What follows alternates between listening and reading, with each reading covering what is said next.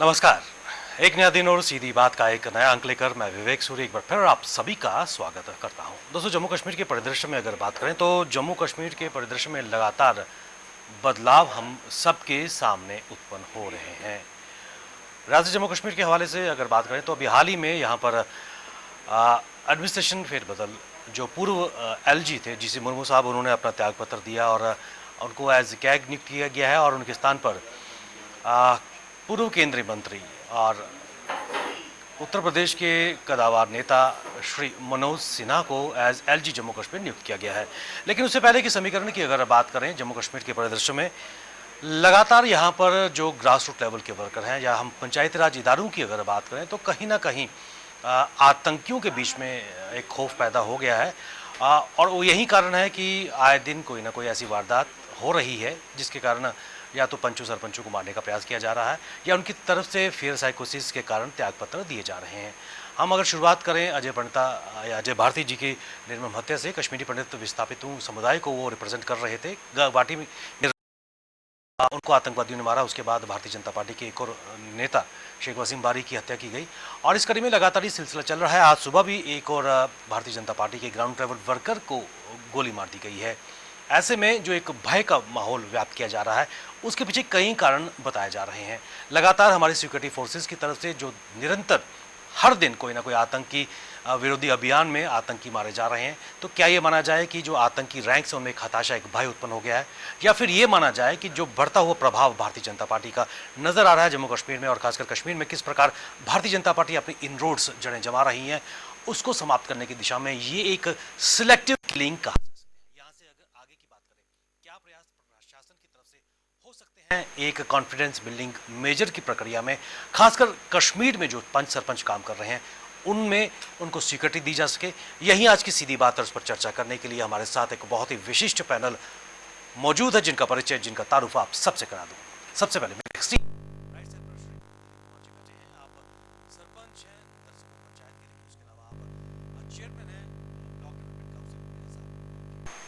इनके बिल्कुल ही साथ में बैठे हैं श्री राजीव पंडिता जी, भारतीय जनता पार्टी के वरिष्ठ नेता, पार्टी के और कहीं ना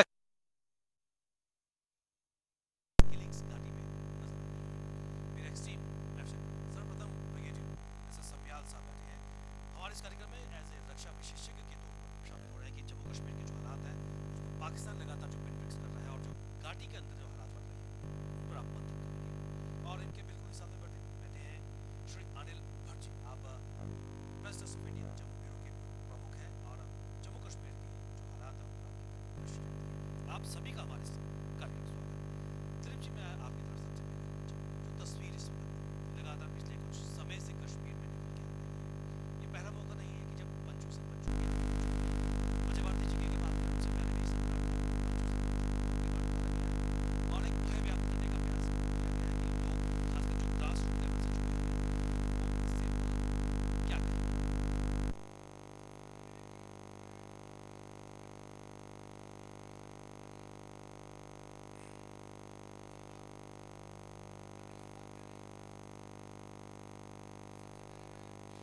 मोदी सरकार और भारतीय जनता पार्टी का शुक्रिया अदा करता हूँ जिन्होंने पंचायती राज को जेएनके में इतना मजबूत किया।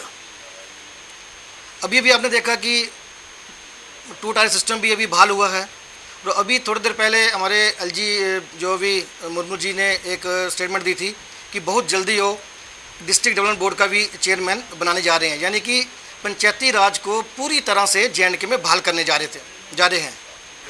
लेकिन आपने देखा कि कश्मीर में अभी तक लगभग 20 हमारे जो पंचायती राज रिप्रेजेंटेटिव्स हैं, चाहे वो सरपंच हैं चाहे पंच हैं, उनकी किलिंग हुई है। अभी अभी हाल ही में 2-3 लगातार किलिंग हुई हैं अजय भारती जी की, और हमारे जो अभी परसों नरसों अपने खांडे जी जो सरपंच थे कश्मीर में। ये एक जो डर का माहौल पैदा किया जा रहा है, जो ग्राउंड रूट डेमोक्रेसी में जो बदलाव आया है, कश्मीर के कुछ चुने हुए लोग या कुछ चुने हुए, चाहे वो अलगवादी हैं चाहे वो कुछ मिलिटेंट लोग हैं, वो नहीं चाहते कि ग्राउंड रूट पे डेमोक्रेसी कश्मीर में आए।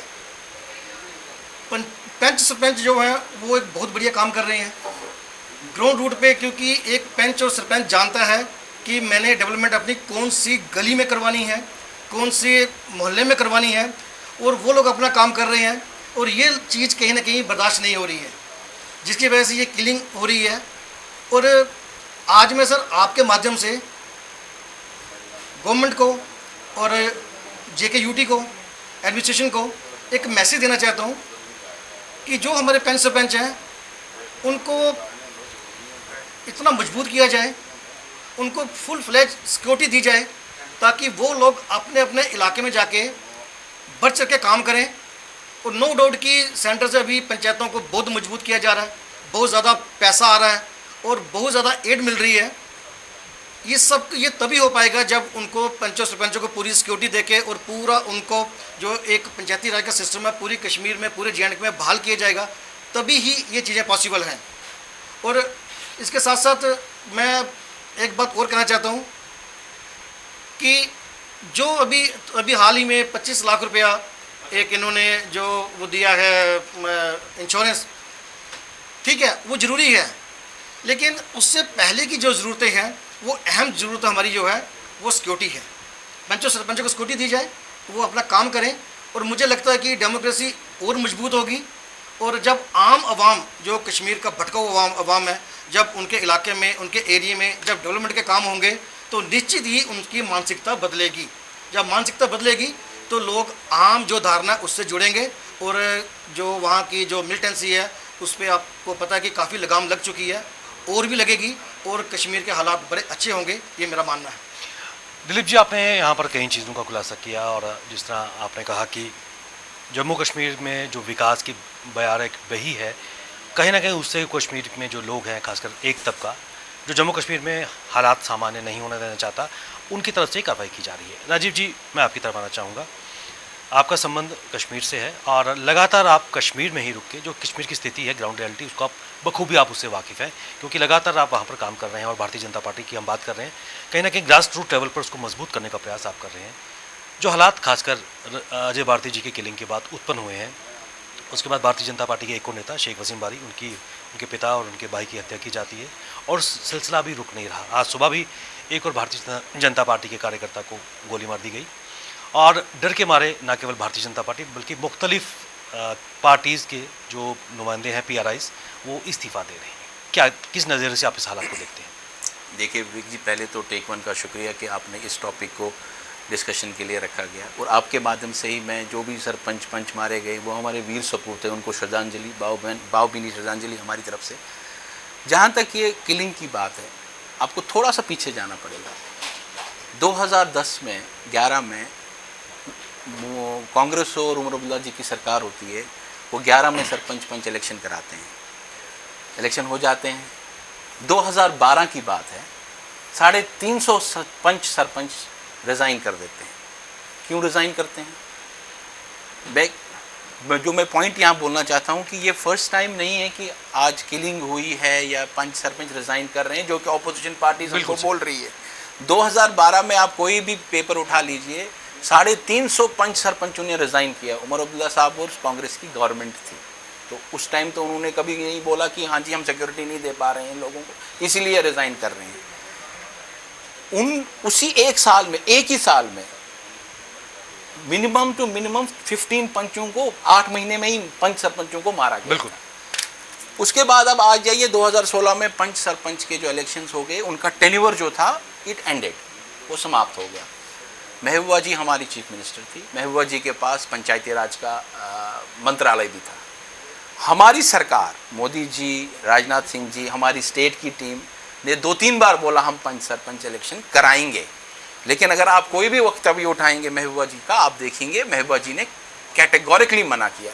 क्यों मना किया, इसमें सोचने की ज़रूरत है। महबूबा जी और कांग्रेस और खासकर नेशनल कॉन्फ्रेंस जो वहाँ की लोकल पार्टीज है, उनका ये मानना है, वो ये मानती हैं कि पंच सरपंच अगर बन गए तो उनके घर की रौनक ख़त्म हो जाती है, MLAs की रौनक ख़त्म हो जाती है। ये हमारे स्टेट बीजेपी, नेशनल बीजेपी या किसी और का मानना नहीं, ये वहाँ का है।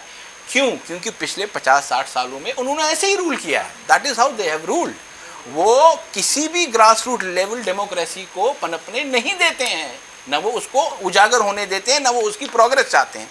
That is the reason why जब 16 में हमने अटेम्प्ट किए, 15 में हमने 16 में इनका टेन्योर खत्म हुआ, 17 में हमने अटेम्प्ट किए, 2-3 बार महबूबा जी को बोला गया, लेकिन महबूबा जी ने नहीं माना। फाइनली जब यहाँ पे गवर्नर रूल लगा, गवर्नर रूल के अंडर यहाँ पे पंचायत इलेक्शंस हुई। वो कैसे हुए, पहले क्यों नहीं होते थे, तो अब हुए। महबूबा जी बोलती थी अगर यहाँ पंचायत इलेक्शन होगा तो यहाँ तो हालात बहुत ख़राब है, लेकिन करा के दे दिए। हमारी होम मिनिस्ट्री उसमें इन्वॉल्व थी, बीजेपी की होम मिनिस्ट्री में 5 सरपंच इलेक्शंस हुए। 5 सरपंच इलेक्शंस के बाद क्या हुआ, अब आप देखिए जो मेन डिमांड्स थी पंच और सरपंचेस की थी, वो 5 सरपंच इलेक्शंस तो आपने 11 में भी किए, लेकिन टायर 1 टायर 2 आप नहीं करा रहे हो। आप बीडीसी इलेक्शंस नहीं कराए, उमर अब्दुल्ला साहब और कांग्रेस ने बीडीसी इलेक्शंस क्यों नहीं कराए, हमने कैसे कराए, हमने करके दिया।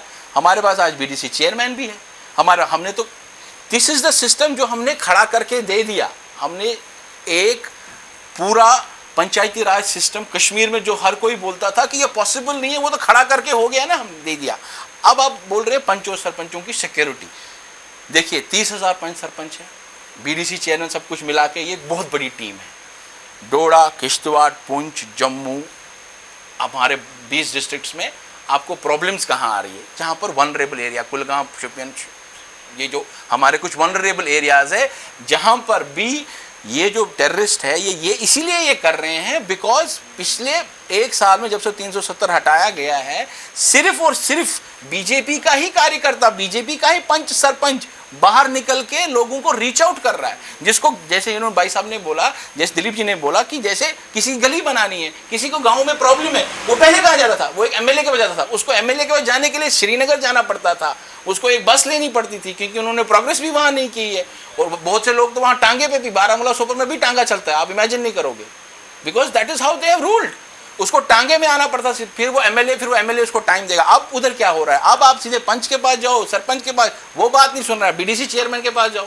ये सब किसने किया, ये सब तो बीजेपी ने करके दिया वहाँ। लेकिन अब यही बौखलाहट पाकिस्तान को हो रही है। पाकिस्तान को ये पता है, ये पता लग गया इनको कि जो हमारा नैरेटिव था वो तो फेल हो रहा है। यहाँ तो ग्रास रूट लेवल डेमोक्रेसी है, यहाँ तो दिन ब दिन लोगों ने पार्टिसिपेट किया। दे सेड, महबूबा मुफ्ती जी ने भी कहा, उमर अब्दुल्ला ये तो कोई पार्टिसिपेशन नहीं करेगा पंचायत राज में इलेक्शन, हमने तो करके दिया। हमने तो वहाँ पे तो पार्टिसिपेशन हुई, वहाँ पे तो अच्छी खासी पार्टिसिपेशन हुई, बीडीसी इलेक्शंस में अच्छी खासी पार्टिसिपेशन हुई, पंचायती राज में, यहाँ पे पूरे JNK में। क्योंकि उनका ये मानना था कि जम्मू कश्मीर सिर्फ 2 डिस्ट्रिक्ट्स है, लेकिन जम्मू कश्मीर 2 डिस्ट्रिक्ट नहीं है ना, हमारा पुंछ, अपना डोडा, किश्तवाड़, भद्रवाह, जम्मू, सांबा, विजयपुर, सारा जम्मू कश्मीर है। वो क्या करते थे, वो बोलते थे अगर आप बात करो तो वही 2 डिस्ट्रिक्ट में प्रॉब्लम है। अरे प्रॉब्लम तो सिर्फ 2 डिस्ट्रिक्ट, फिर तो पूरा JNK ना। लेकिन दिस ऑल इलेक्शन हैपेंड, हमने करवाया। लेकिन अब यही बौखलाहट है पाकिस्तान को और कुछ इंटरेस्ट जो कश्मीर में बटे। इनफैक्ट आजकल मेन स्ट्रीम जो वहाँ की है, वो भी तो ये, उनको भी तो ये लगा था कि यहाँ पे तो कोई बंदा बाहर, आपको मैं बताऊं, परसों 5 अगस्त था, पहला एनिवर्सरी था हमारे बारामूला, नॉर्थ कश्मीर में बोल रहा हूँ मैं, 5 जगहों पे फ्लैग होस्टिंग हुई। एक वीडियो में दिखा रहा हूँ, वसीम बारी के घर के बाहर, वसीम बारी का जहाँ पे उधर ही उसी ऑफिस में बीजेपी के फ्लैग होस्टिंग हुई है, इंडियन फ्लैग की। आप इमेजिन कर सकते हो कश्मीर में 5.5 लाख व्यूज मिले हैं उसको, 5.5 लाख व्यूज। तो ये तो बौखलाहट वाली बात है, ये तो पाकिस्तान तो छोड़ेगा नहीं। पाकिस्तान का तो यही है कि दे आर, उनके लिए तो यही, this is their death. Rajiv ji, आपने महत्वपूर्ण बात की कि जो विकास कश्मीर में नज़र आ रहा है, और वही कारण है कि जो मिलिटेंट्स हैं या फिर पाकिस्तान है जो अमन शांति कश्मीर है, जम्मू कश्मीर में नहीं लाना चाहते हैं, ये उनकी बौखलाहट का नतीजा है। ब्रिगेडियर साहब, मैं आपकी तरफ आना चाहूँगा। जो तस्वीर कश्मीर में है, लगातार पिछले कई दशक से पाकिस्तान की तरफ से स्पॉट को बॉयल रखने का प्रयास किया जा रहा है, और इसी कड़ी में एक बार फिर वहाँ पर जिस तरह राजीव जी ने कहा पहले भी किलिंग हुई है, एक फिर किलिंग का दौर शुरू हो चुका है। As a security expert, as a security defence analyst, आप इसको किस नज़रिए से देखते हैं? विवेक जी, देखिए, जहाँ तक किलिंग का सवाल है, मेरी नज़र से, जैसे राजीव जी ने भी कहा और उन्होंने भी कहा, बेसिकली अब लोगों को डेमोक्रेसी के ऊपर में काफ़ी विश्वास आना शुरू हो गया है, ग्राउंड लेवल के ऊपर। कारण इन्होंने भी बताए, लेकिन मेन कारण जो उनका है करके ये है कि उनको जो पहले चीज़ों से वंचित रखा जा रहा था। मैं अगर आपको बताऊं, जो जिस समय मैंने नौकरी वहाँ पर की, तो गांव की हालत उस वक़्त ऐसी थी कि पानी जो है वो नल में नहीं था, लेकिन वो क्या है, ऐसे बह रहा है जो पानी, वो पानी पीते थे। और अगर वो नहर या जो भी उसको सुआ यहाँ पे कहते हैं, अगर वो टूट जाए तो कोई रिपेयर करने के लिए कोई नुमाइंदा नहीं था। जैसे उन्होंने कहा कि पहले एमएलए थे, तो एमएलए का राज ख़त्म हो गया। पहले एमएलए एक बाथरूम बनवाने के बाद में इतनी बड़ी प्लेट जिसमें कि हज़ारों का खर्चा हो जाता था, लेकिन बाथरूम में खर्चा नहीं, वो कर रहे थे करके। अब जो है गवर्नमेंट ने, जैसे दोनों वक्ता ने कहा करके, कि अब वहाँ पे डेवलपमेंट हो रहा है, लोगों के अंदर में कुछ कॉन्फिडेंस बिल्डिंग मेजर्स जो गवर्नमेंट ले रही है उनका नतीजा उनको दिख रहा है। और सबसे बड़ी चीज़ जो सिक्योरिटी के लिहाज से हमारे लिए हुआ है, ये हुआ है कि जो पहले किसी कारण से वहाँ के लोकल ने सिक्योरिटी एजेंसीज़ के ऊपर में जो विश्वास थोड़ा ख़त्म करने की कोशिश करी थी कि ये आपके दुश्मन हैं, वो आहिस्ता आहिस्ता विश्वास लोगों में आना शुरू हुआ है। जिसके कारण से अब क्या है कि अगर आज एक मिलिटेंट किसी इलाके में आता है तो उसकी खबर फ़ौरन सिक्योरिटी एजेंसीज़ को मिल जाती है और उसके ऊपर में कार्रवाई होती है। यही कारण है कि 150 जितने मिलिटेंट जो हैं पिछले कुछ समय में मारे गए हैं। मैं मारने के हक़ में नहीं हूँ, लेकिन मैं ये भी नहीं मानूंगा कि हमारे लोग मरें और ये लोग वहाँ पे राज करें, ये भी नहीं होगा करके। मैं जब वहाँ पे कमांड कर रहा था, मेरा बड़ा क्लियर इंस्ट्रक्शन था कि अगर आपको कोई भी आदमी नज़र आता है जिसके हथियार में वेपन है, बगैर पूछे आप उसको ख़त्म कर दीजिए, क्योंकि अगर आप नहीं ख़त्म करोगे तो मेरा आदमी ख़त्म होगा। मेरा आदमी क्यों ख़त्म होगा? मैं तो वहाँ वॉलंटरली नहीं गया हूँ, मुझे गवर्नमेंट ने भेजा है। मैं गवर्नमेंट की अथॉरिटी को एक्सर्ट करने वहाँ गया हूँ, लोगों को बताने गया हूँ कि भाई ये गवर्नमेंट आपकी है, आप गवर्नमेंट के साथ। तो ये सबसे बड़ी जो पिछले कुछ सालों में और पिछले एक साल में जो चीज़ देखने में आई है, ये है कि वहाँ के लोकल लोगों को सिक्योरिटी एजेंसीज़ के ऊपर में काफ़ी विश्वास आ गया, जिसके कारण से वो हमें एकदम इमीडिएटली खबर मिलती है और उसके ऊपर ऑपरेशन करते हैं तो सक्सेस मिलती है। और लोग ये भी देख रहे हैं करके कि भाई आज तक हमने जिन लोगों का साथ दिया उन्होंने हमारे लिए क्या किया। और ये मैं यहाँ पे किसी भी समुदाय या किसी उसके लिए नहीं कह रहा हूँ, लेकिन मैं ये बात ज़रूर कहना चाहूँगा कि जम्मू कश्मीर के जो पॉलिटिशियन थे, अभी भी अपने आप को पॉलिटिशियन समझते हैं, उन्होंने जम्मू कश्मीर का बेड़ा गर्क किया है। उन्होंने कभी भी लोगों को ये एहसास नहीं होने दिया कि उनकी अथॉरिटी एक्चुअली में क्या है। वो अपनी अथॉरिटी वहाँ बैठाना चाहते थे, उसी अथॉरिटी से वो सिर्फ आज तक राज कर रहे थे। और उन्होंने देखिए अपने लिए जो कुछ किया, मेरे ख्याल से किसी भी महाराजा ने नहीं किया आज तक। किसी भी महाराजा की 10 गाड़ियाँ नहीं चलती थी। आज चीफ मिनिस्टर को इतना खतरा हो गया है कि वो 10 गाड़ियाँ लेके चले। आज मिनिस्टरों को इतना खतरा हो गया कि 5-5 गाड़ियाँ लेके चले। तो वो किसके चीफ मिनिस्टर हैं, किसके वो हैं? अगर वो लोगों के नुमाइंदे हैं तो लोगों में जाना चाहिए बेवाक होके, तब मैं मानूं करके कि वो बिल्कुल ही लीडर हैं। वो लीडर नहीं थे, लेकिन लीडर अपने आप को कहते थे। अभी कुछ लोग जो जैसे कह रहे थे कि बीजेपी, मैं किसी ना बीजेपी ना कांग्रेस ना किसी पार्टी से ताल्लुक़ ना रखता हूं, ना ही मैं किसी के बारे में कहूंगा, लेकिन मैं जनरली कह रहा हूं कि सिक्योरिटी सिचुएशन जो अभी सिक्योरिटी फोर्सेस ने बनाया है, ये पहले भी कई बार बनाया गया था। ये हालात पहले भी कई बार जम्मू कश्मीर स्टेट के अंदर में सिक्योरिटी फोर्सेस में लाए जहाँ से कि गवर्नमेंट आगे अपना काम करती तो आज तक JNK कहाँ से कहाँ पहुँच गया होता। लेकिन एक उदाहरण दूँ मैं, शायद भट्ट साहब के पास में उसकी पूरी डिटेल होगी, मेरे पास नहीं है क्योंकि मैं फ़ौजी हूँ। तो जितना जम्मू कश्मीर में वर्ल्ड बैंक ने पानी के लिए, शुद्ध पानी पीने के लिए पैसा दिया, इससे हर घर में एक कुआं खोदा जा सकता था। वो पैसा कहाँ गया? कौन सी पॉलिटिकल पार्टी, कौन सा पॉलिटिशियन था जिसके घर में गया, जिसकी जेब में गया करके अगर पूछें लोग, तो अभी लोग शायद ये बातें पूछना शुरू कर रहे हैं। क्योंकि जब हम थे तो हमने लोगों को एजुकेट करने की कोशिश करी थी कि देखिए आप जो है अपने पॉलिटिशियन सिर्फ ये पूछिए कि भाई साहब आप ये मुझे बताइए कि आपके फैमिली के कितने मेंबर हैं जो मेरे साथ में चलेंगे। किसी पॉलिटिशियन का कोई मेंबर है जो कि मिलिटेंसी में है? कहीं नहीं।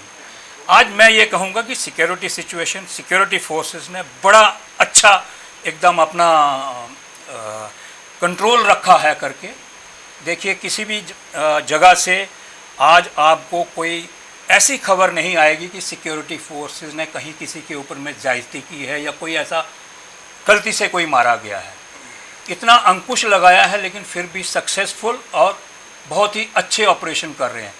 थोड़े दिन पहले शायद आपने सुना होगा कोर कमांडर श्रीनगर के, उन्होंने बयान दिया था ये करके कि देखिए हमारा फ़र्ज़ आपकी हिफाजत करना भी है और साथ साथ में आपकी देखभाल करना है। हम आपके लिए हैं और आपकी देखभाल कर रहे हैं और आपको हम आगे बढ़ाना चाहते हैं।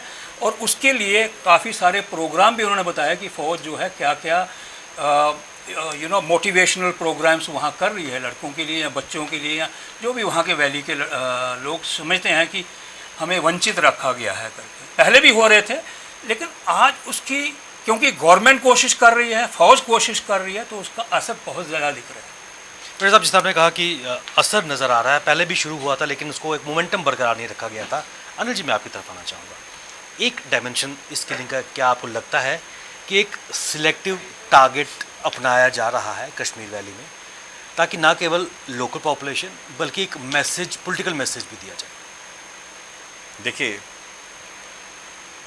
जहाँ तक ये जो किलिंग्स है और पर्टिकुलरली ये पंचायती राज सिस्टम के साथ जुड़ा हुआ है, इसके काफ़ी डायमेंशंस हैं। सबसे बड़ा डायमेंशन ये है कि जो एक नैरेटिव बिल्डअप किया जा रहा था और जा रहा है कश्मीर में कि most of the Kashmir population जो है वो डेमोक्रेसी में बिलीव नहीं करते हैं, वो आज़ादी में बिलीव करते हैं। बिल्कुल।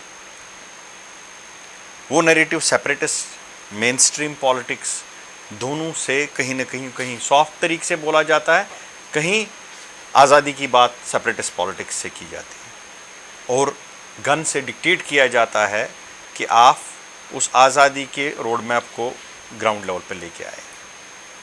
यहाँ पे सेवरल मॉडल्स हमने जम्मू कश्मीर में काफ़ी एक्सपेरिमेंट्स किए। लास्ट के 30 साल से हर एक गवर्नमेंट, हर एक सिस्टम एक्सपेरिमेंट करता है। 30 साल में उन एक्सपेरिमेंट्स का आज अगर हम रिज़ल्ट देखें, चाहे उमर अब्दुल्ला की गवर्नमेंट थी, नेशनल कॉन्फ्रेंस कांग्रेस की बात, उससे पहले फारूक साहब की गवर्नमेंट थी, उस 96 की बात कर रहा हूँ मैं, उसके बाद में पीडीपी मुफ्ती सईद साहब की गवर्नमेंट थी, उसके बाद में महबूबा मुफ्ती की गवर्नमेंट थी, बीजेपी के साथ जो north pole south pole politics पे डिपेंड थी। अगर इन सभी का हम जिस निकाल के ले लेंगे और आज हम पहुँचेंगे कि हमने क्या खोया, हमने क्या पाया। बिल्कुल। आज टेररिज्म वहीं का वहीं है। ये सिर्फ क्या होता था, ये जो कर्व ट्रफ्ट्स एंड क्रस्ट्स बनते जाते हैं और हम फिगरेटिव में जाते हैं कि हमने कश्मीर में पीस लाई। This peace has never been durable in Kashmir. ये कहीं परमानेंट पीस नहीं थी और हमने इन एक्सपेरिमेंटों में डिफरेंट तरीके से उन एक्सपेरिमेंट्स का यूज़ किया। जब मिलिटेंसी टेररिज्म 1990 में आया और किलिंग्स का बाजार गर्म हो गया, तो उस पीरियड में आपने पॉलिटिकल इंफ्रास्ट्रक्चर को सिक्योरिटी प्रोवाइड की, होटल्स प्रोवाइड किए, गाड़ियां प्रोवाइड की, फ्यूल उनको उनके लिए शिफ्ट करवाया जम्मू में हैबिटेशंस उनके लिए बनाई, सिक्योरिटी कैंप्स टाइप के बनाए गए ताकि आप उनको प्रोटेक्ट करें। वो उस टाइम की जो पॉपुलेशन थी, चाहे वो ब्लॉक प्रेसिडेंट था, छोटा वर्कर था नेशनल कॉन्फ्रेंस का, क्योंकि टारगेट पहला क्या था कि इंडियन इंफ्रास्ट्रक्चर में your political establishment was the first target of pro Pakistani terrorist outfits. वो चाहे उस टाइम नेशनल कॉन्फ्रेंस सबसे ज़्यादा थी, इसलिए सबसे ज़्यादा किलिंग्स नेशनल कॉन्फ्रेंस के वर्कर्स की हुई, उसमें मंत्री भी काफ़ी मारे गए। तो उस पीरियड में गवर्नमेंट ऑफ इंडिया ने एक बहुत बड़ा उस नेशनल फुटप्रिंट्स कश्मीर में प्रोटेक्ट करने के लिए बहुत बड़ा जामा बनाया और उसमें सिक्योरिटी प्रोवाइड की।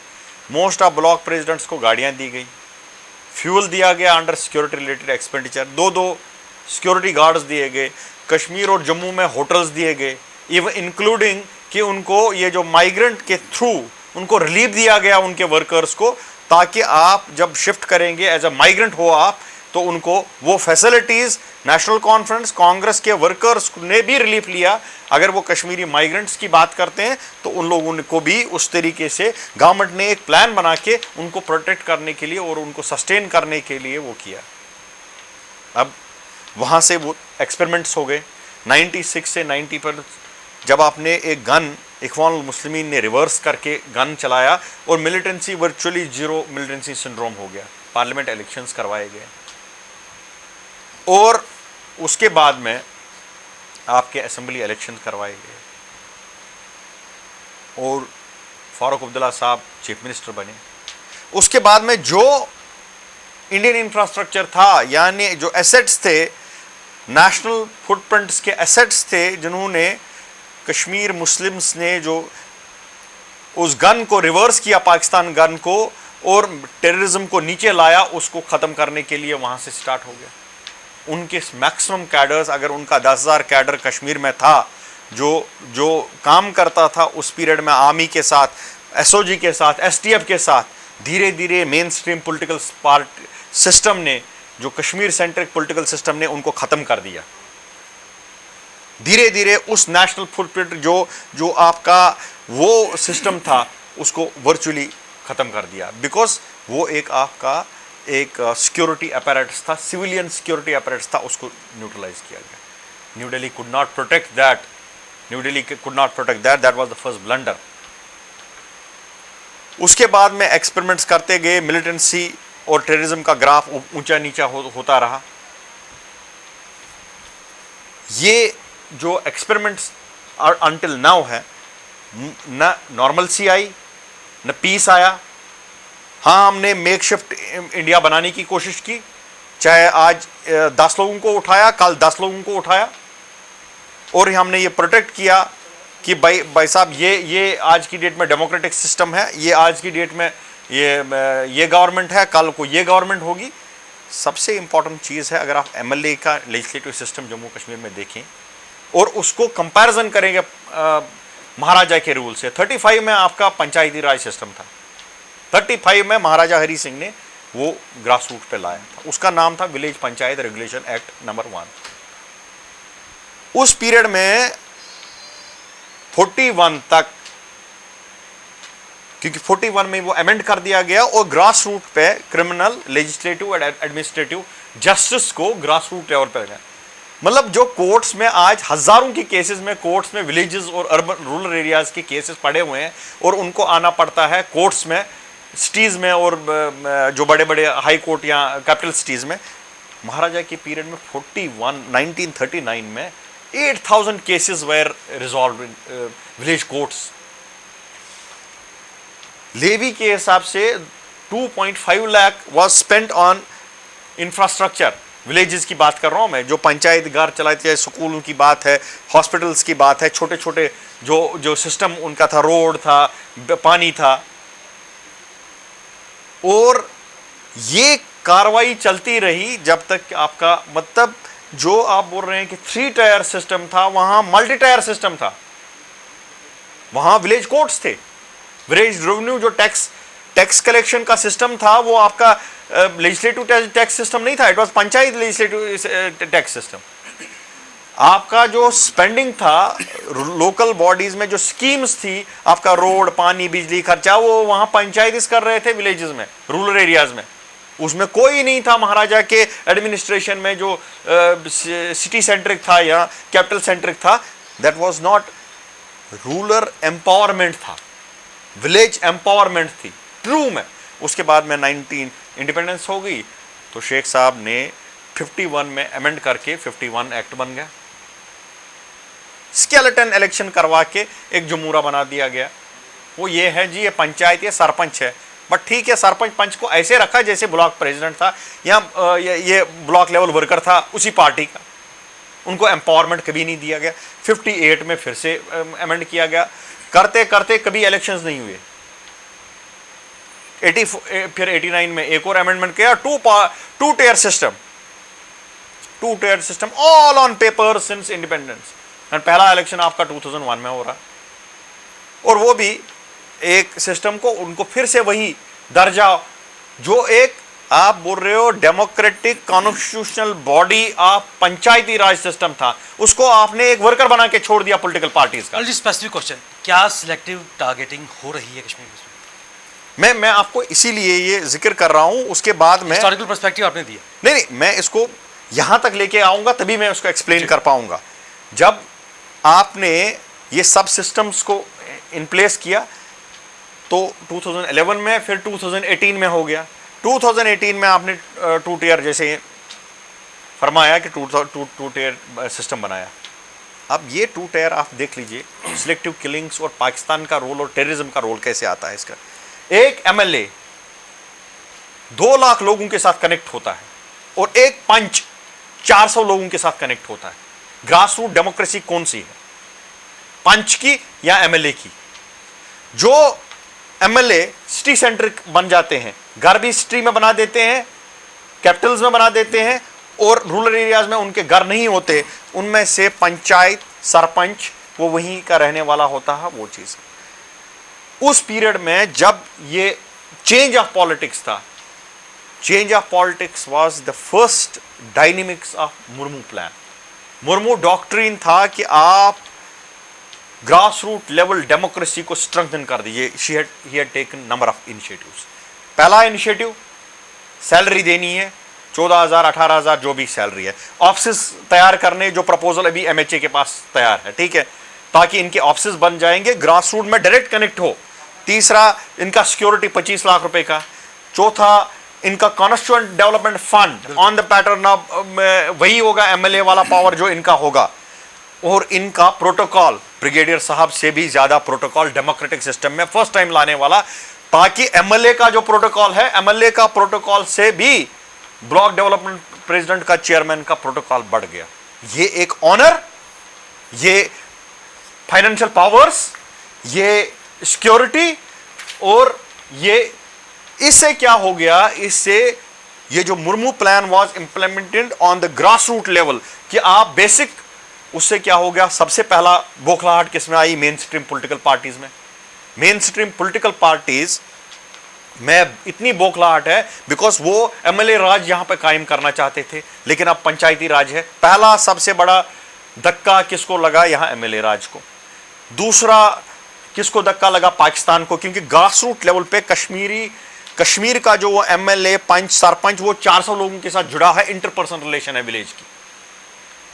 वहां वो स्पेंडिंग उसको 25 लाख का है, 25 लाख वो ग्रास रूट लेवल पे खर्च करता। उसको पूछने, उससे एमएलए से, उसके दर पे बैठने से, एमएलए के घर पे, मिनिस्टर के घर के सामने बैठ के चाय पी, उसको बोल रहा है मेरी कॉन्स्टिट्यूंसी में इतने लोगों के मेरे लिए पैसा दे दो। उसको खुद अपने तकदीर का वो आका बन गया, अपने विलेज का फेट चेंज करने वाला बन गया इससे।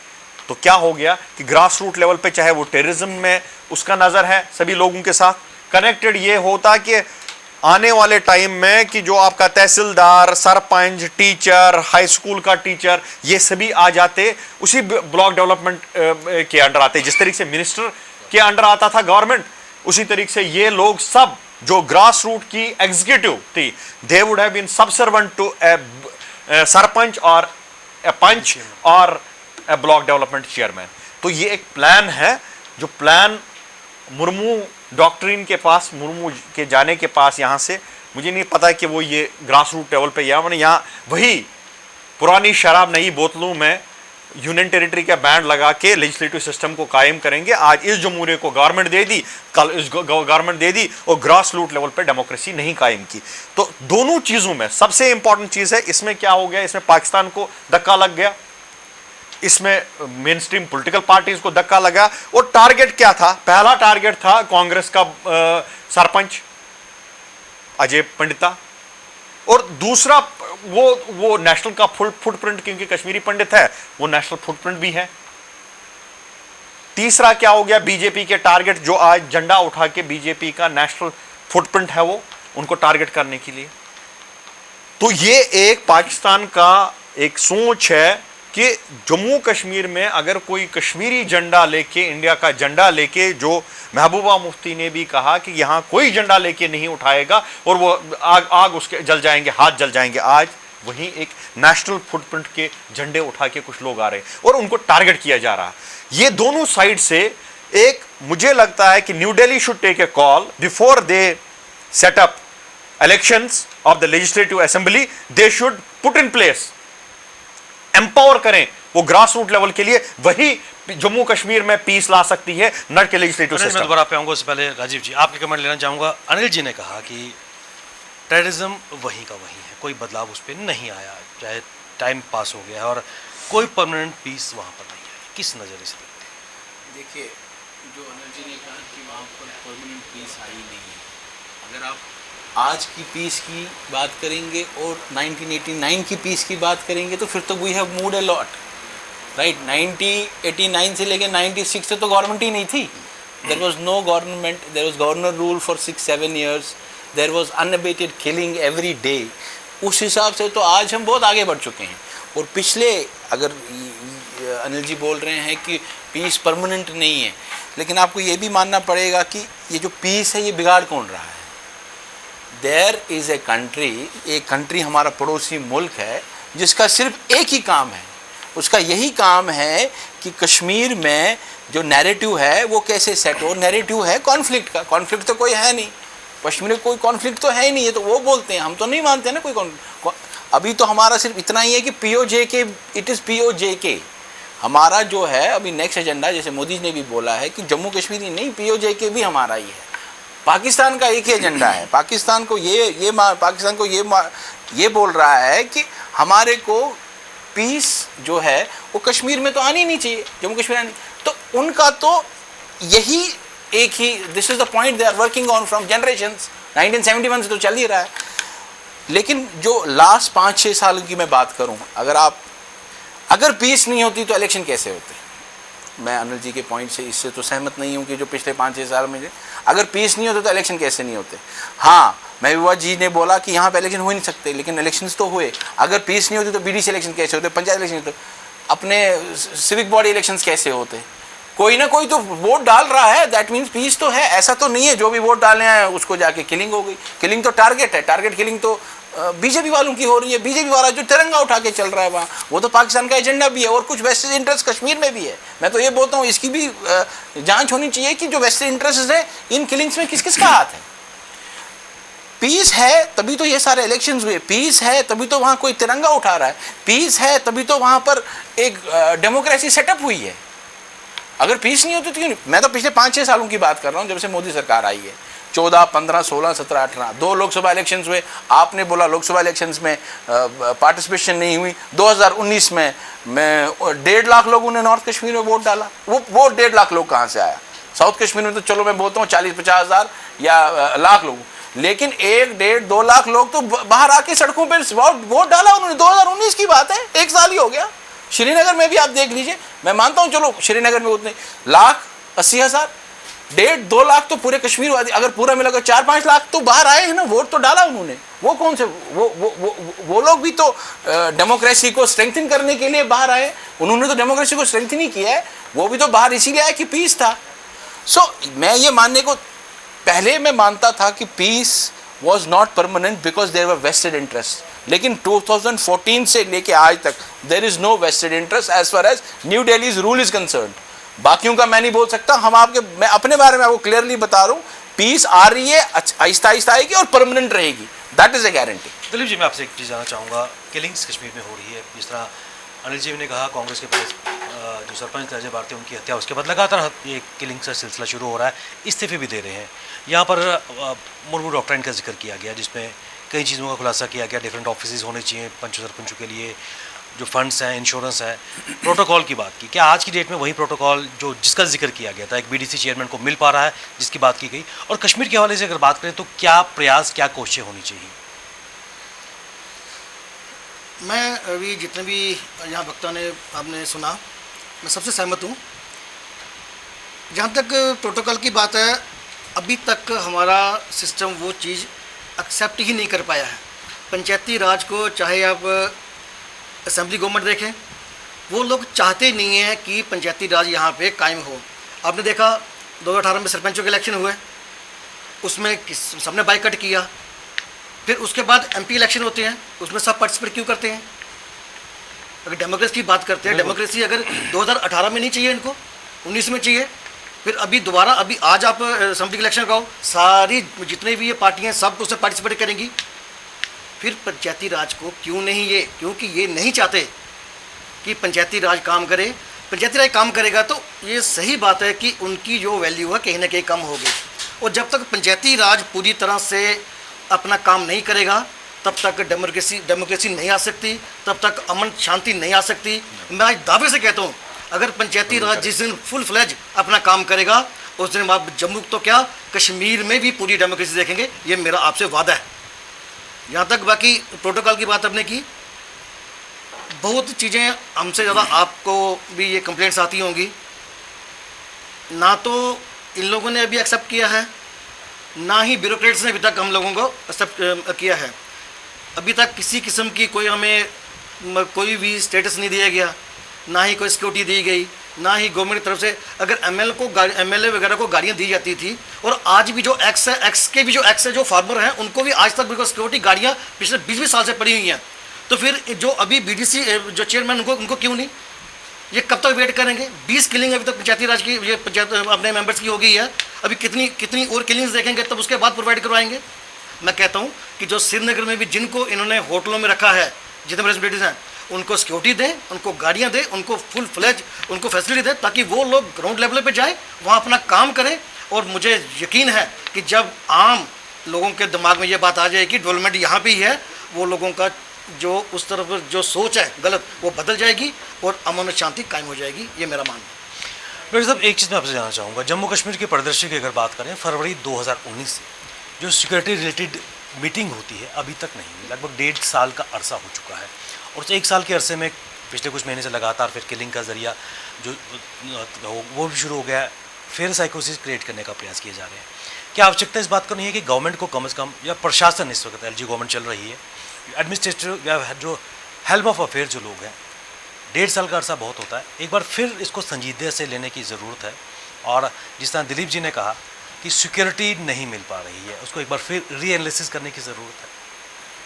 विवेक जी, डेफिनेटली देखिए, ये सबसे बड़ी भूल है जे गवर्नमेंट, जो प्रेजेंट गवर्नमेंट है, कि जो सिक्योरिटी एजेंसी आपको एक्सटर्नल और इंटरनल सिक्योरिटी प्रोवाइड कर रही है पूरी गवर्नमेंट को, पूरे पॉपुलेशन को, आप उनके साथ में ताल्लुकात ही नहीं रखने चाहते हो। एक मीटिंग होती थी जो वो भी आप नहीं करना चाह रहे हो करके, ये पता नहीं किस प्रकार से या किसकी गाइडेंस है या किसने कहा है ऐसा। लेकिन आर्मी या सिक्योरिटी एजेंसीज की तरफ से मैं ये कहना चाहूँगा कि सभी सिक्योरिटी एजेंसी के हेड हर महीने विदाउट फेल लेफ्टिनेंट गवर्नर से मिलते रहे हैं और सिक्योरिटी सिनेरियो के बारे में उनको अज्ञात करते रहे हैं कि कैसा इंटरनल है, कैसा एक्सटर्नल सिक्योरिटी सिचुएशन। लेकिन ये जो आपने कहा कि ये जो मीटिंग अपनी एक होती थी करके, ये सारे मिलिटेंसी प्रोन एरिया जितने भी इंडिया में थे करके एक बहुत ही टेस्टेड तरीका था कि मिलिट्री और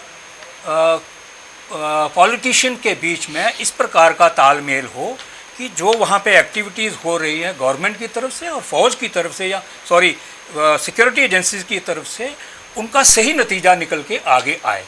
और वो तभी डिस्कस हो सकता है जब पूरे हेड वहाँ पे बैठे हों, उनके असिस्टेंट्स बैठे हों, और वो जब डिस्कस करते हैं और उसके अंदर में अपने प्रोग्राम बताते हैं या प्रॉब्लम्स बताते हैं तो उनका हल निकल के आता है करके। लेकिन ये मुझे मालूम नहीं कि जब से लेफ्टिनेंट गवर्नर साहब आए हैं क्या कारण है, क्या मतलब ऐसी कोई क्या स्थिति आ गई कि जिससे ये मीटिंग किस कारण से नहीं हो पाई, क्योंकि मुझे जानकारी नहीं है इसलिए मैं इसके ऊपर नहीं कहूँगा। लेकिन ये मीटिंग बहुत अहमियत वाली मीटिंग है और इसमें काफ़ी चीज़ें जो हैं वो निकल के आती थी और उसके ऊपर में जो सुझाव आते थे उसके ऊपर में वो होता था। दूसरी बात मैं ये कहना चाहूँगा, सिक्योरिटी एजेंसीज़ के बारे में जैसे कहा कि लोगों को सिक्योरिटी नहीं मिलती है। पहले एक भट्ट साहब ने बहुत अच्छा ये दिया कि एक प्रोग्राम बना था, एक शेड्यूल बना था और एक सिस्टम एम्पावरमेंट के लिए लाया गया था करके। और जैसे सभी वक्ता ने कहा है, मैं इसको री एम्फेसाइज करना चाहता हूँ कि जितने भी पॉलिटिकल पार्टीज़ यहाँ पे थी,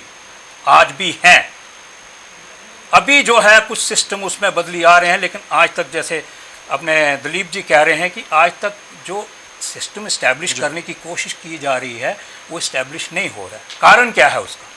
सबसे बड़ा कारण पहला तो है पॉलिटिशियन, दूसरा कारण है हमारे जो एडमिनिस्ट्रेशन में लोग बैठे हुए हैं। एडमिनिस्ट्रेशन का मतलब मेरा कहने का IAS KS लोग बैठे हैं, बुरा ना माने वो, चाहे जो भी हैं वो इधर नहीं है या हैं, लेकिन वो नहीं चाहते हैं, क्योंकि हर फाइल के ऊपर में एक आदमी उसके पास, जैसे मैं आपको बताता हूँ करके अपना पर्सनल केस बताता हूँ कि मेरी पर्सनल नहीं है, एक कम्युनिटी की फाइल है मेरे इलाके की, एक लैंड है जो कि हमारा कॉमन लैंड था करके, वो आज तक DC ऑफिस में विद कमेंट्स नीचे से ऊपर तक पड़े हुए हैं कि इसकी डिस्ट्रीब्यूशन करी जाए, लेकिन कोई उसमें 4 साल हो गए हैं आज तक उसके ऊपर में कोई तवज्जो नहीं है DC ऑफिस। क्यों नहीं है? क्योंकि उसके वेस्टेड इंटरेस्ट है। वेस्टेड इंटरेस्ट क्यों है? कि अगर वो हो जाएगा तो कोई भी नहीं आएगा। आज तो लोग, हम जाते हैं वहाँ, बहुत लोग जाते हैं।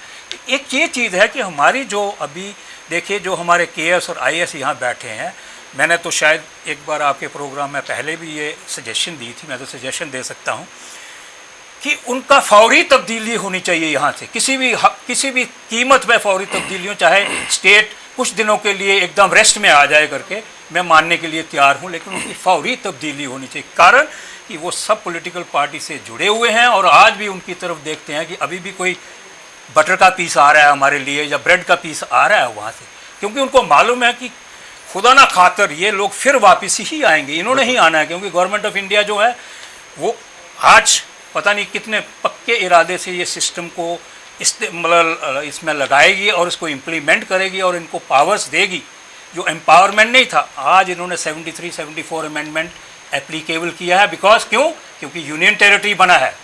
नहीं तो पहले तो ये जैसे नाम ले रहे थे गवर्नमेंट जितनी भी थी, वो 73 और 74 अमेंडमेंट लाने के लिए राजी ही नहीं थे। बिल्कुल। कारण बिल्कुल सीधा है कि उनकी कमांड खत्म हो रही थी, उनके हाथ से जो है ये खिसक रहा था। दूसरी एक बात और, आपने कहा ये पाकिस्तान के बारे में, मैं इसके हक में नहीं। देखिए, हम दूसरे को मत ब्लेम करें। मेरे घर में अगर प्रॉब्लम है तो मुझे खुद को ब्लेम करना होगा। तो आज हमें चाहिए कि कश्मीर की जो कश्मीर सेंट्रिक पॉलिटिक्स है, जो भी उसमें इन्वॉल्व है, कौन सी पॉलिटिकल पार्टी है, कौन लोग हैं, उनको उनके ऊपर में, सबके ऊपर में जो है डंडा कसना चाहिए कि आज तक आपका हिसाब किताब क्या है, आज तक आपने किया क्या है। और उसमें से काफ़ी लोग, मैं कह रहा हूँ, 3 मेरे नाम जो हैं मेरे पास हैं, बट मतलब मेरे को अच्छा नहीं लगेगा मैं किसी का कहूँ, क्योंकि मैं जब नौकरी कर रहा था ऐसे इलाके में था कि वहाँ का जो कैबिनेट मिनिस्टर, मंत्री लेवल का आदमी था करके, वहाँ एक किलिंग हुआ तो उन्होंने कहा कि जनाब मैंने वहाँ जाना है तो आप मुझे सिक्योरिटी दे दीजिए। मैंने कहा मेरा जिम्मा नहीं है आपकी सिक्योरिटी, स्टेट पुलिस है, पुलिस उनसे ले लीजिए, मेरा जिम्मा नहीं है आपको पॉलिटिशियन को सिक्योरिटी देना, वो मेरी अथॉरिटी में नहीं है, ना ही मेरी ड्यूटीज़ में है। तो मैं जाऊँगा वहाँ कुछ हो जाएगा। मैंने कहा तो ये तो अब आपकी स्टेट पुलिस आपको प्रोटेक्शन देगी, और अगर ज़रूरत है तो DC साहब हमें वो लॉ इन्फोर्सिंग एजेंसी जो है करके उसको ऑर्डर दे देंगे आपको। 3 दिन वहाँ रहे, कुछ नहीं हुआ। 3 दिन रह के आए, किलिंग हो गई। उनको क्यों नहीं हुआ? ऐसे कई लोग हैं। मैं चाहूँगा, मैं इसलिए एम्फेसाइज इसको कर रहा हूँ कि पाकिस्तान जो है वो ऐसे नहीं कर सकता जब हमारा बीज यहाँ खराब हो। हमारे लोग खराब हैं, हमारे लोग हैं जो कि ये कार्रवाइयाँ करवा रहे हैं। आज भी ये जो किलिंग आप कह रहे हो कि पाकिस्तान, नहीं, ये हमारे पॉलिटिशियंस करवा रहे हैं। मैं दावे के साथ कह सकता हूँ। आपको बेबाक बात की है सर, आपने सीधी बात, प्रोग्राम में सीधी बात की है। अनिल जी, मैं आपकी तरफ आना चाहूँगा और PTI की एक न्यूज़ को मैं कोट करना चाहूँगा। PTI ने कल एक खबर थी, जम्मू कश्मीर के चीफ सेक्रेटरी BVR सुब्रमण्यम की जो स्टेटमेंट आई है उसमें कहा गया Jammu and Kashmir was a broken state and there was no system in place due to years of misgovernance, corruption and unbelievable level of frauds committed by leaders of main stream political parties and separatist organisation. क्या कहेंगे? क्या जो अभी हम बातें कर रहे हैं ये तार वहीं से जुड़ती हुई नजर आ रही है? देखिए, जहाँ पे ये स्टेटमेंट की बात है, उन्होंने रिपोर्टर्स जो दिल्ली से आए थे उन लोगों को, क्योंकि जम्मू कश्मीर के बारे के लिए उन्होंने बहुत सारे रिपोर्टर्स को दिल्ली से लाया है, बिल्कुल, ताकि 1 साल दिखाना है कि जम्मू कश्मीर में क्या हुआ। सुब्रमण्यम साहब एक ब्यूरोक्रेट है। मैंने कहा, जब न्यू दिल्ली ने आर्टिकल 370 के बाद में पॉलिटिकल सिस्टम को डिसमेंटल किया और ब्लेम किया कि ये पॉलिटिकल सिस्टम ही सब चीज़ों की जड़ थी, लेकिन पॉलिटिकल सिस्टम के साथ साथ ब्यूरोक्रेटिक सिस्टम, एक सेक्रेटरी ऑर्डर को चीफ मिनिस्टर या कोई मंत्री साइन नहीं करता, वो साइन करता है ब्यूरोक्रेट।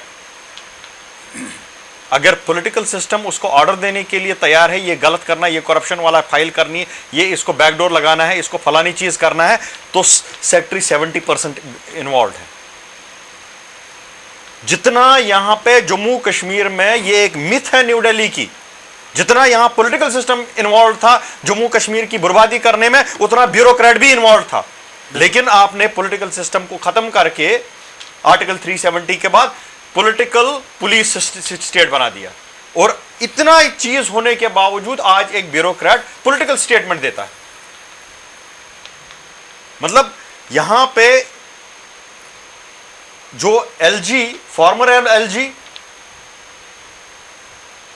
और मिस्टर मुर्मू और आज का प्रेसिडेंट जो उसने स्टेटमेंट नहीं दिया, एक ब्यूरोक्रेट, एक चीफ सेक्रेटरी के लेवल पे जो बंधा हुआ है एग्जीक्यूटिव सिस्टम से, वो एग्जीक्यूटिव सिस्टम का वायलेट करके पॉलिटिकल सिस्टम देता है, का स्टेटमेंट देता है। मतलब आप त्रासदी देख लीजिए क्या है। आपने पॉलिटिकल सिस्टम को खत्म किया, आपने ब्यूरोक्रेटिक सिस्टम, मतलब ब्यूरोक्रेटिक पुलिस सिस्टम बना दिया यहां पे, और आप बोल रहे हो करप्शन की बात में। यहां पे अभी न्यूज थी, एक टॉप मोस्ट ब्यूरोक्रेट आईएएस अफसर जिसका ब्लेम था 60 लाख रुपए लिए हैं, उसको बचाने वाला कौन है? एक ब्यूरोक्रेट है। और आप सिस्टम की बात कर रहे हो, आप करप्शन की बात करते हो।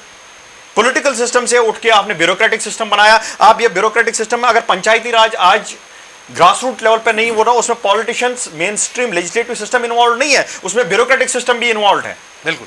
अगर 87 लोग को अब में आप में पावर देते हो, आप बोलते 3 फैमिली को दे दिया, मुफ्ती उमर, शेख और आजाद और बाकी लोगों को पावर दे दिया जम्मू कश्मीर में, जिन्होंने खा लिया। यानी आपने तो लेजिस्लेटिव सिस्टम में 87 लोगों को पावर दे दिया, आप 34,000 सरपंच और पंचों को पावर क्यों नहीं देते? आपने डेवोल्यूशन ऑफ पावर करना तो दे दीजिए ना। अगर आपको फॉर एग्जांपल आज की डेट में आपको सिक्योरिटी अपैरेटस लगता था, पॉलिटिकल सिस्टम ने जब पॉलिटिकल सिस्टम को आपको बचाना था लेजिस्लेटिव सिस्टम, तो आपने कम से कम 40,000 लोगों को सिक्योरिटी और वो दे दी। उसमें एक हर एक पॉलिटिकल पार्टी का वर्कर था, उसको गाड़ी दे दी। आपको क्या प्रॉब्लम है आज? अगर आप एक ब्लॉक डेवलपमेंट चेयरमैन को गाड़ी नहीं देते हो, 34,000 है, 34,000 में अगर आप कश्मीर को हम ले लेते हैं, सिक्योरिटी अपैरेटस से ले लेते, सिक्योरिटी अपैरेटस में सिर्फ आज 7,000 आपके एमएलए, आपको उनको गाड़ी क्यों नहीं देते हो? आप प्रोटेक्ट क्यों नहीं कर पाते हो? Why can not you protect national star, जो झंडा लेके, इंडिया का झंडा लेके कश्मीर में है, आप उसको प्रोटेक्ट नहीं कर पाते हो? और आप सिक्योरिटी की बात कर रहे हो। हम अगर 40,000 1990 में लोगों को प्रोटेक्ट कर पाए, वो इंफ्रास्ट्रक्चर, उसमें भी बहुत सारे लोग मारे गए, लेकिन उस ग्रास रूट लेवल की जो डेमोक्रेसी थी उस टाइम, लेजिस्लेटिव सिस्टम था, उसको प्रोटेक्ट कर पाए। उनको गाड़ियां दी, उनको होटल दे दिए, उसमें खर्चा किया, सिक्योरिटी रखना, हजारों करोड़ खर्चा किया उस सिस्टम को बचाने के लिए, जो नेशनल सिस्टम था वहां पे। तो आज आप 7,000 सरपंच और पंचेस, क्योंकि 19,000 में से 13,000 में 12,000 कुछ में इलेक्शंस नहीं हुए, उसके बाद में आपके 7,000 बचते हैं। 7,000 को क्यों नहीं प्रोटेक्ट कर पा रहे हो? कितना बड़ा प्रॉब्लम है आपको 7,000 को प्रोटेक्ट करने में? 7,000 लोगों को प्रोटेक्ट करने में आपको उनको एकोमोडेशन या गाड़ियां या फ्यूल देने में क्या प्रॉब्लम है? बिल नहीं है। तो जब आप फिर ये बोल रहे हो कि मैं देख रहा हूं कि भाई साहब इसने झंडा उठाया एज एन इंडियन और उसको मारा जा रहा है, तो दूसरा जो इंडियन बनने की, मतलब जो दबा हुआ, जिसकी वॉइस नहीं है, वो चाहता है तो मैं भी तो इंडियन हूं। जैसे राजीव जी ने कहा, इतने सारे लोगों ने इलेक्शन किया, इतने सारे लोगों ने वोट किया, वो तो दबे हुए हैं ना, वो तो मेन स्ट्रीम में नहीं है ना। वो देखते हैं उस इंडियन का क्या हाल है, उसको गोली मार दी गई है, मैं इंडिया की बात करूंगा, मुझे भी मार देंगे। आप पीस की बात कर रहे हैं। पीस किस इलेक्शन में पीस हुआ? आज भी आप फिगरेटिव में 3% ये इंसिडेंट्स में, वायलेंस में कम हो गया। 24 में आपने लाखों करोड़ रुपए पीस को खर्चा, ये पीस लाने में जम्मू कश्मीर में। क्या आप पीस लाए आज की डेट में? पीस के साथ साथ अगर आप पीस है, टूरिज्म आ जाएगा, इंडस्ट्रीज आ जाएगी, डेवलपमेंट आ जाएगा, लोगों की सोच बदलेगी।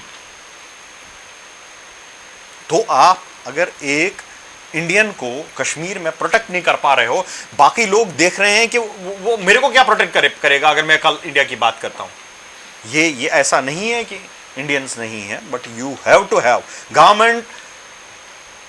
जब ये जो मैं मुर्मू मॉडल की बात कर रहा हूं, मुर्मू मॉडल में कॉर्पोरेट गवर्नेंस था विलेजेस में, एक पंचायती की एक कमेटी बनेगी जो कॉर्पोरेट तरीके से अपना खर्चा, लोकल मिनरल्स गाड़ी, ये इसमें इस विलेज में हमने इस चीज को बढ़ावा देना है, इसमें फलानी चीज करना था। That was a full fledged model for governance of Kashmir.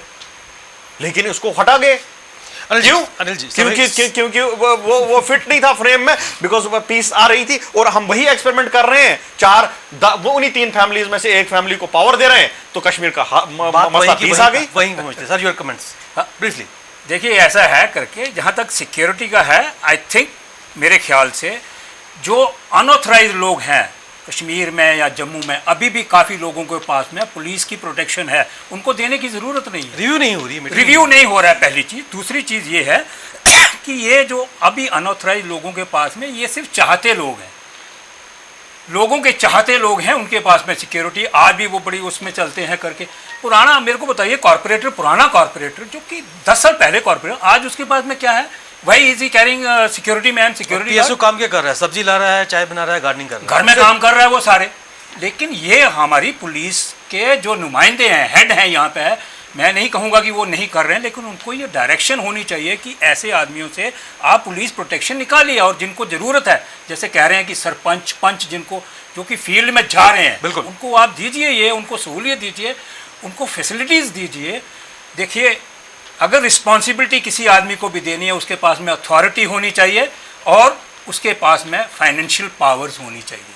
आज आपने उनको रिस्पॉन्सिबिलिटी दे दिया, पंच, सरपंच, चेयरमैन बना के, ना तो आपने उसको अथॉरिटी दी कि वो क्या कर सकता है एज ए सरपंच, खाली पंच क्या कर सकता है, कागजों पे अथॉरिटी, ना उसको पैसा, कोई पैसा दिया कि ये तुम्हारे पास में है, इसको तुम खर्चा करोगे, जो अच्छा काम करेगा उसको, या जो भी काम है कर, वो कुछ नहीं है। Responsibility without these things means nothing.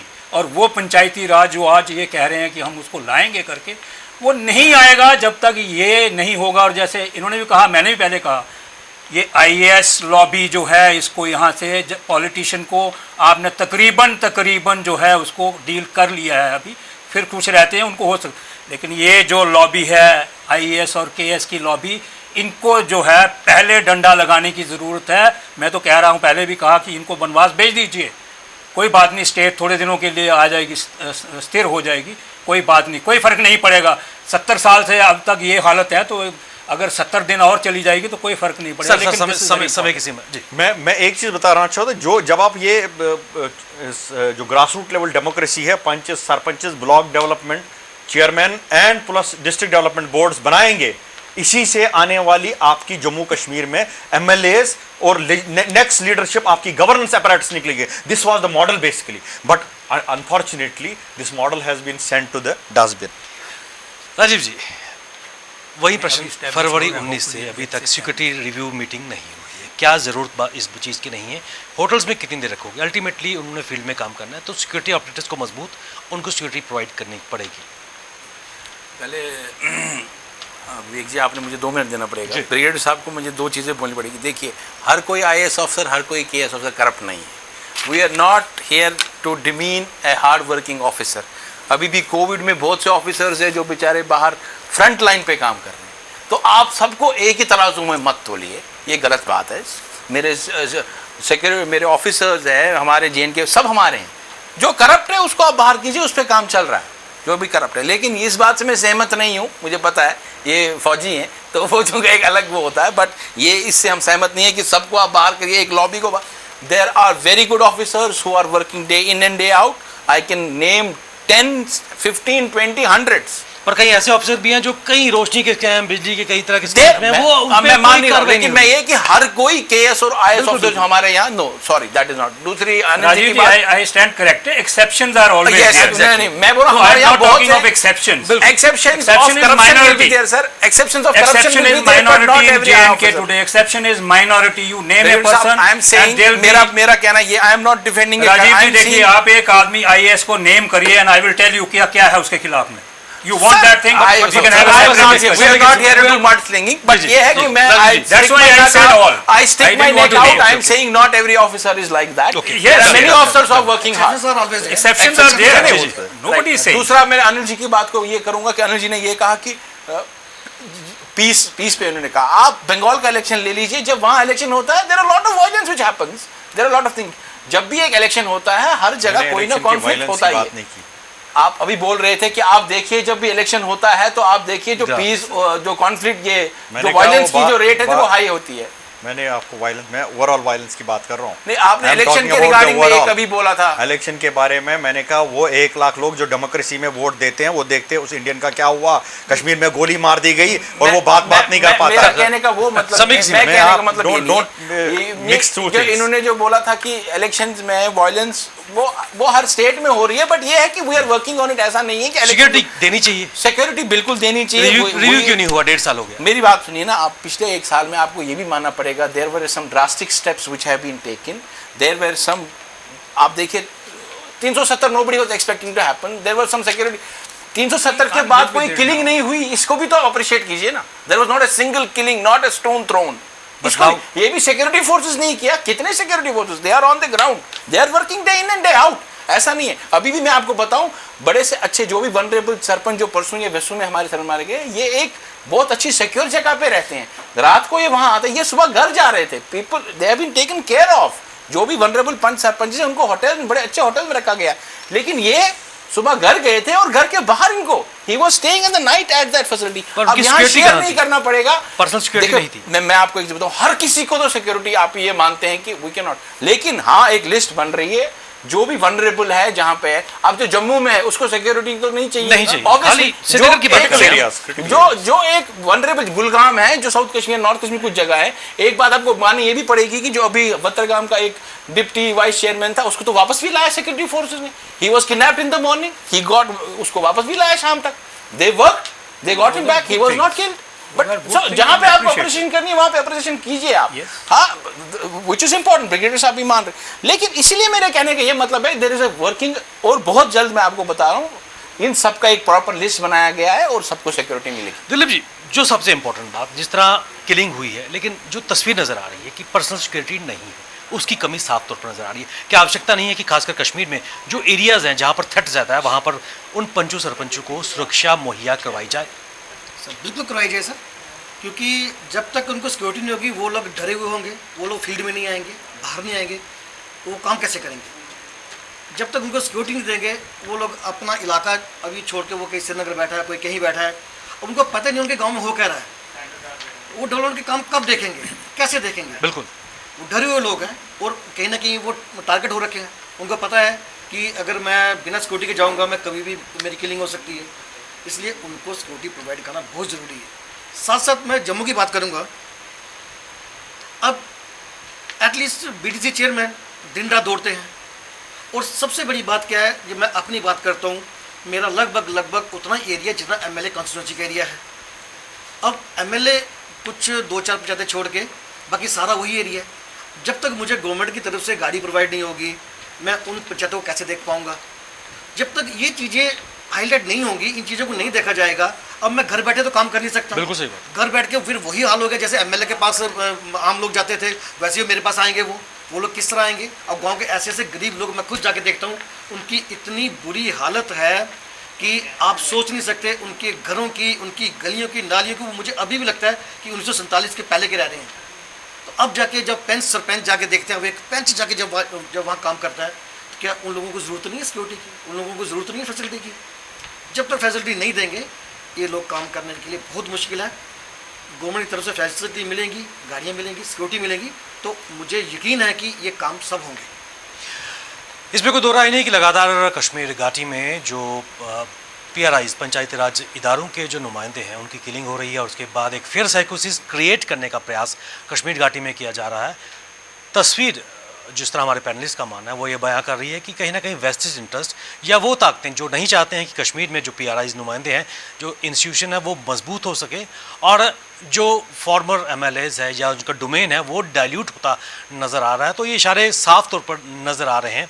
ऐसे में सरकार को जहाँ कहीं ना कहीं सिक्योरिटी ग्रिड को मजबूत करना होगा, जो वहाँ पर पंच सरपंच काम कर रहे हैं उनको अपनी पर्सनल सिक्योरिटी देनी होगी। और सबसे महत्वपूर्ण बात, पिछले 1.5 साल से जो सिक्योरिटी रिव्यू मीटिंग नहीं हुई है, कहीं ना कहीं सरकार को उस पर मंथन करने की आवश्यकता है।